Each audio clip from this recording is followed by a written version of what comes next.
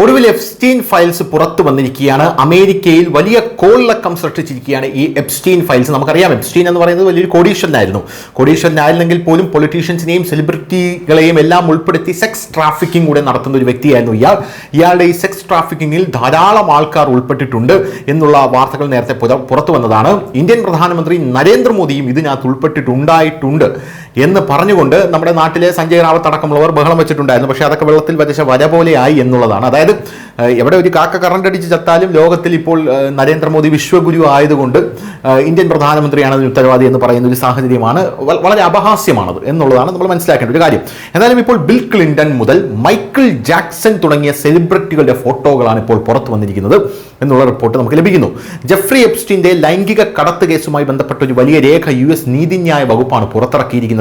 ഈ വെളിപ്പെടുത്തലിൽ മുൻ US president bill Clinton, ലോകത്തിലെ പോപ്പ് സംഗീത ഇതിഹാസമായിട്ടുള്ള മൈക്കിൾ ജാക്സൺ എന്നിവരുൾപ്പെടെയുള്ള നിരവധി ചിത്രങ്ങൾ പുറത്തു വന്നിട്ടുണ്ട്. പല ചിത്രങ്ങളും മുഖം മറച്ച രീതിയിലാണ് പുറത്തു വന്നിരിക്കുന്നത് എന്നുള്ളത് വേറൊരു കാര്യമാണ്. എന്തായാലും എപ്സ്റ്റീൻ ഫയലുകൾ പുറത്തു വന്നതിന് ശേഷം അറ്റോർണി ജനറൽ പാം ബോണ്ടിക്കെതിരെ ഇംപീച്ച്മെന്റ് പ്രമേയം കൊണ്ടുവരാൻ Indian American MP Ro Khanna തയ്യാറെടുക്കുകയാണെന്നുള്ള റിപ്പോർട്ടും പുറത്തു വരുന്നുണ്ട്. നിയമം നിലവിലുണ്ടായിരുന്നിട്ടും നീതിന്യായ വകുപ്പ് എല്ലാ ഫയലുകളും പുറത്തുവിട്ടിട്ടില്ലെന്ന് അദ്ദേഹം ആരോപിച്ചു.